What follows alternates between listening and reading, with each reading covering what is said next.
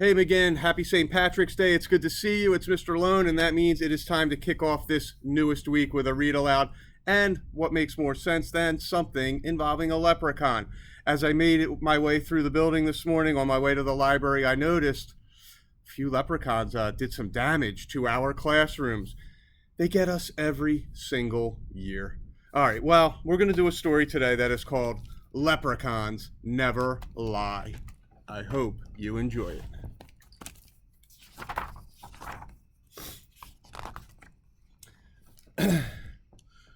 There was this old thatched hut nestled in a glen near the river.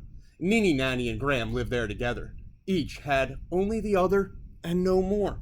They lived simply on potato soup, and their needs were few. The thatch needed patching, the potatoes needed digging, the firewood needed gathering, and the water barrel needed filling. But Ninny Nanny was lazy, and Graham was ailing, and there was naught but blathering between them. Graham nagged, Ninny Nanny dawdled, and that was that. The rain came drip drop through the thatch. The potato sack emptied, the chimney pot grew cold, and there was but a bit of rainwater in the barrel. It came to be, there was little to eat. Just cold rainwater soup, pure and simple. "Oh, woe is me, 'tis starving we are," moaned Graham. "What am I to do with such a lazy child?" "Ah, Graham, hush your nagging. I've been thinking to catch a leprechaun. He's bound to tell where he's hidden his gold, and 'tis rich for life we'll be," boasted Ninny Nanny. "Is it raving you are, girl? To capture a leprechaun is no easy thing," said Graham. "Aye, so I've heard tell," agreed Ninny Nanny, "but we could make right use of a treasure, so I'll give it a try." Well, it was as easy as tripping over a log, which is what happened. Ninny Nanny was tramping about, looking every which where for a leprechaun, when she tumbled head over petticoat and fell plunk right on top of one of the wee fairy men. He howled like a banshee and wiggled and waggled, but Ninny Nanny had him firmly by the seat of his breeches, and that was that. "Let me go!" shrieked the angry leprechaun. "Sure, and gladly I'll let you loose, but I'll know first where your treasure is hidden," said Ninny Nanny. "Ah, 'tis under the straw pile, but you've not the wit to find it," grumbled the wee man.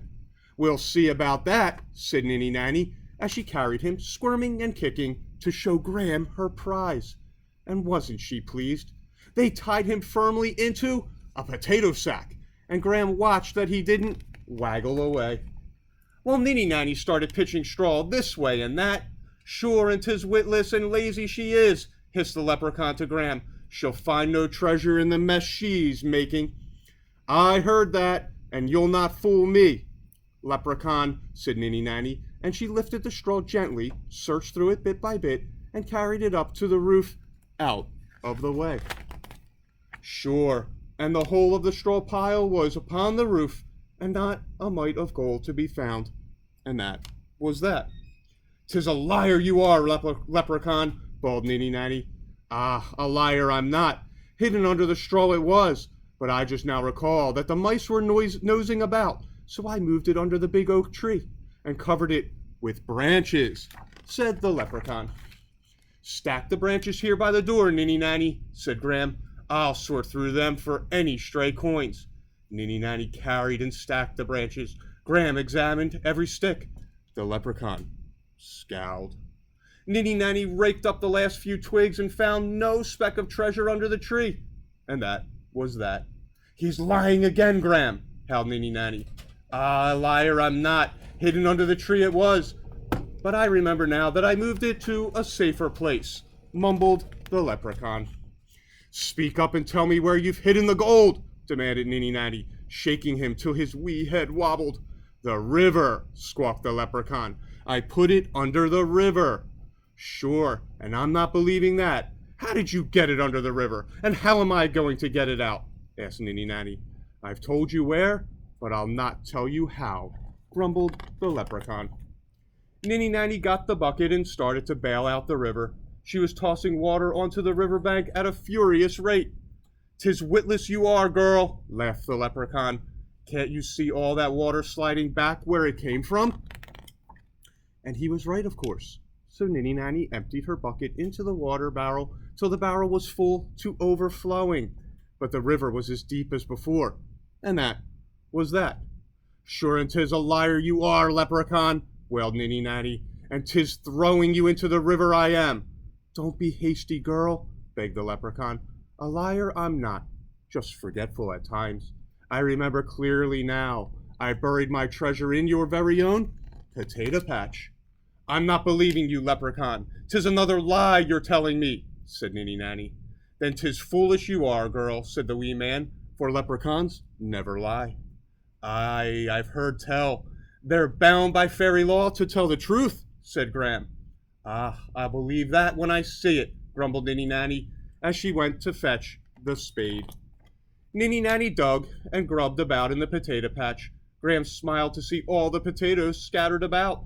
The leprechaun scowled. Ninny Nanny dug the potato patch wide and deep, uprooting all but one of the potato plants. Sure, and all she had to show for her efforts was a hole in the garden and a heap of potatoes. And that was that. She threw down the spade in disgust. I've had enough digging, and I've had enough of lying leprechauns, bawled Ninny Nanny. Let him loose, Graham, for we'll be needing that sack for potatoes. So Graham untied the sack, and whisked like a shooting star in the night, the wee man vanished. Ninny Nanny and Graham supped on good, hot, hearty potato soup, and then fell soundly asleep in their warm, dry hut. While out in the potato patch, the wee leprechaun was busily digging up the last potato plant. He carefully lifted out his pot of gold, muttering, "Aye, leprechauns never lie," as he trotted off to find a safer hiding place. And that was that. So boys and girls, I hope you enjoyed that story. Hope you saw how some things came together without the family even knowing it. Love how the little leprechauns are always up to something. They're always kind of a step ahead, aren't they? All right, McGinn, enjoy your St. Patrick's Day. We'll have more read-alouds this week. You take care.